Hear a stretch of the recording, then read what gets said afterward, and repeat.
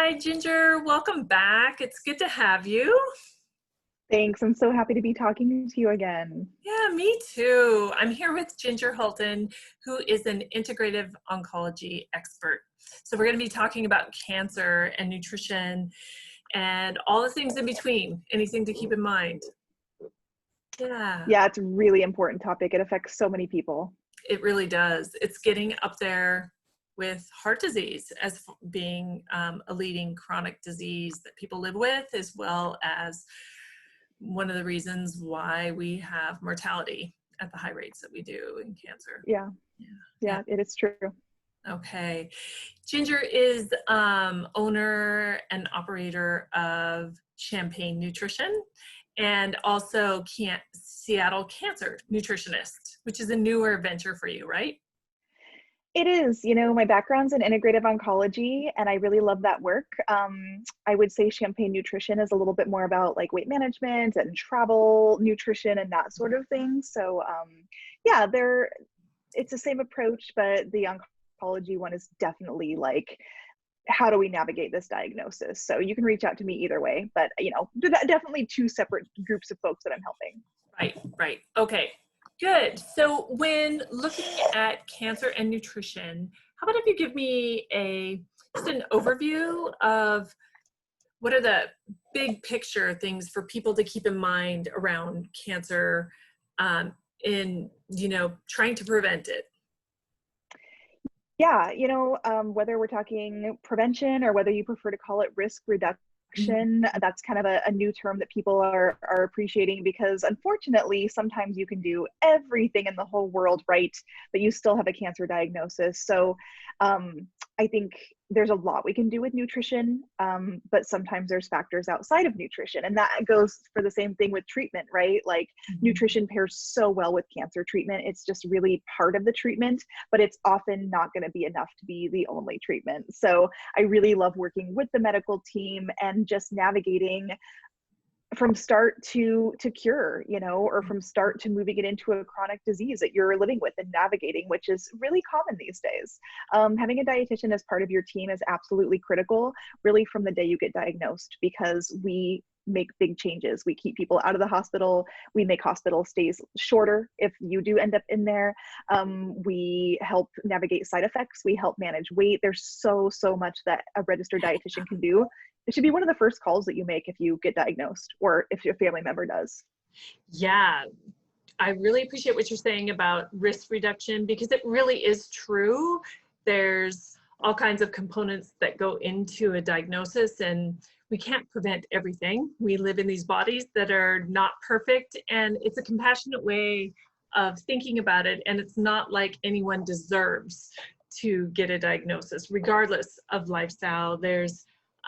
So I really appreciate what you're saying. So, big picture is going in so that you can have the most optimal outcomes regardless of what kind of treatment that you have and how you respond to it, as well as keeping your immune system up. So let's talk about some of those specifics around cancer and nutrition specifically. When somebody's getting treatment, what are some of the concerns that come up around cancer treatment and nutrition? Yeah, there's a lot. One of the biggest is side effects because side effects create the problems. Yeah. So a side effect might be like nausea and vomiting or diarrhea, constipation. Anything digestive could really equal a lot of weight loss and or even weight gain, because all of a sudden you're only relying on like foods that sound good. A lot of times that's like more sugary or carby foods. Not that those are bad, but it's just interesting how taste changes happen and how what you're able to eat changes drastically. So weight is a big one. There's things you can do for neuropathy, which is tingling in your hands and feet. There's so many things we can do for energy to help with sleep. There's just so much nutrient deficiencies that come up because of treatment. I mean, dietitians really play a huge role in so many aspects. So a lot of it is managing the side effects so that you can recover quickly and that you're living your best life so that you feel your best and to keep your immune system up. Right. I mean, our immune system is designed to fight cancer cells. And so if you are going through cancer treatment, your own immune system is something that you need to protect, because first of all, your immune system, like some of your cell counts might be down, but also we need your body fighting on your side. So the immune system is huge. Controlling inflammation is huge because cancer is very inflammatory. So the more inflamed you are, maybe the more weight you're losing, the worse you feel. So there's just so much we can do, and nutrition's a part of all of it. Mm-hmm. You talked about the weight loss and the potential symptoms there. Tell us a little bit more about weight gain and cancer treatment.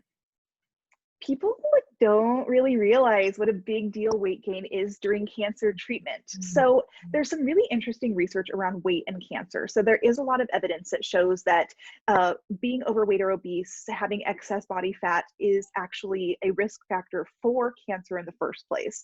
That's because fat cells, they're very active. They're releasing hormones. They're doing all sorts of things in the body. So there is research about that. Not that just because you live in a larger body means you're going to get cancer by any means, but it is a risk factor in the spectrum. But then once you do get cancer, if you're going through treatment, a lot of people do lose weight when they don't want to. Sometimes they lose too much. Other people end up gaining weight, maybe in a good way, or maybe in a way that they're like, oh, this is too much for my body. So you're going to see these big weight fluctuations. Breast and prostate cancer are actually pretty classic for weight gain. And so, yeah, you're going to get all sorts of different feedback from your doctor. You need to lose weight, you need to gain weight, and dietitians help navigate that. I know a lot of people listening might want to know, when should I be concerned about the weight loss or the weight gain, especially when people feel like, I know I've had this question, you know, I have weight to lose, so it's okay that I dropped 15, 20 pounds. And I think putting it into context so people understand how much is alarming and should be a concern. And then secondly, why this kind of weight loss would be a concern, even if you feel like you're still overweight or your doctor says you're still overweight. Sure. I mean, even if you have weight to lose, if you're losing large amounts, and large amounts could even be like 5 or 10 pounds, you know, like that still is significant. If you're losing amounts of weight without trying or uncontrollably, then that actually is a problem, and it can create issues with your cancer treatment actually. So, you know, if we are working together to lose weight, and we're increasing your activity, and we're working on a more plant-based diet, or eating more fruits and vegetables, or cutting back on sugary drinks, and you're losing small amounts of weight over time and your body's adjusting to that, that's, I wouldn't be concerned about as much as if you say, whoa, I lost 10 pounds this week. That's a red flag, right? Because that can actually mean you're losing muscle mass. It can be damaging to your immune system. So uncontrollable weight loss is a problem no matter how much you weigh. Yeah, and I do know that sometimes that's the first sign that people get that they are at risk. They're wondering why they lost weight, and it might be the first sign that they might have cancer. Exactly. Okay, good. And then, you know, I work with many people who are dealing with heart disease as well as cancer, and many cancers, people live a long, long time after treatment and live with treatment, and then struggle with heart disease as well. How do those two things overlap? Yeah, they really do. I actually work with a lot of my patients on heart health because some treatments can be damaging to the heart muscle. So that's actually something that comes up a lot. Also, like you said, this is a chronic disease. Like cancer, I really do see it as a chronic disease. And a lot of times when we go through treatment, it's a lot for the body. So then all of a sudden you have high blood pressure, or you're at risk for high LDL cholesterol. And so we really need to think about things holistically. Like diseases aren't siloed. They often happen, you know, more than one at a time. With cancer, we often see diabetes. That's very, very common. And so we know that diabetes and heart health plays into each other too. So a lot of people could actually be dealing with all three. So it really is important to be very proactive on getting labs tested and working with a dietitian on this. Do you see that the recommendations as far as nutrition overlap with heart disease prevention or secondary prevention, same with cancer and diabetes? You know what's so interesting is that a lot of the recommendations are the same. Yeah. All the recommendations are don't smoke. All the recommendations are be more active. All the recommendations are, you know, manage your body weight within natural variation. And then so many recommendations are eat more fruits and vegetables, cut back on added sugar, moderate your saturated fat. So there's some really great guidelines that can help you across the board. I'm really looking forward to hearing the specific guidelines for cancer and some of the questions that come up a lot. Thank you so much. How would people get a hold of you, Ginger, if they'd like Yeah, to? there's a few ways. So Seattle Cancer Nutritionist is the best if you or anyone else is dealing with a cancer diagnosis. So my website's up there. I've got blogs posted. I just posted something on cruciferous vegetables and cancer. I also have a YouTube channel for Seattle Cancer Nutritionist, and that's my Instagram too. And if you just want to have a little fun and talk about champagne, then, you know, go over to Champagne Nutrition, and I have lots of cocktails and mocktails and plant-based recipes over there. Yeah, excellent recipes and suggestions. Yeah, a lot of people love that.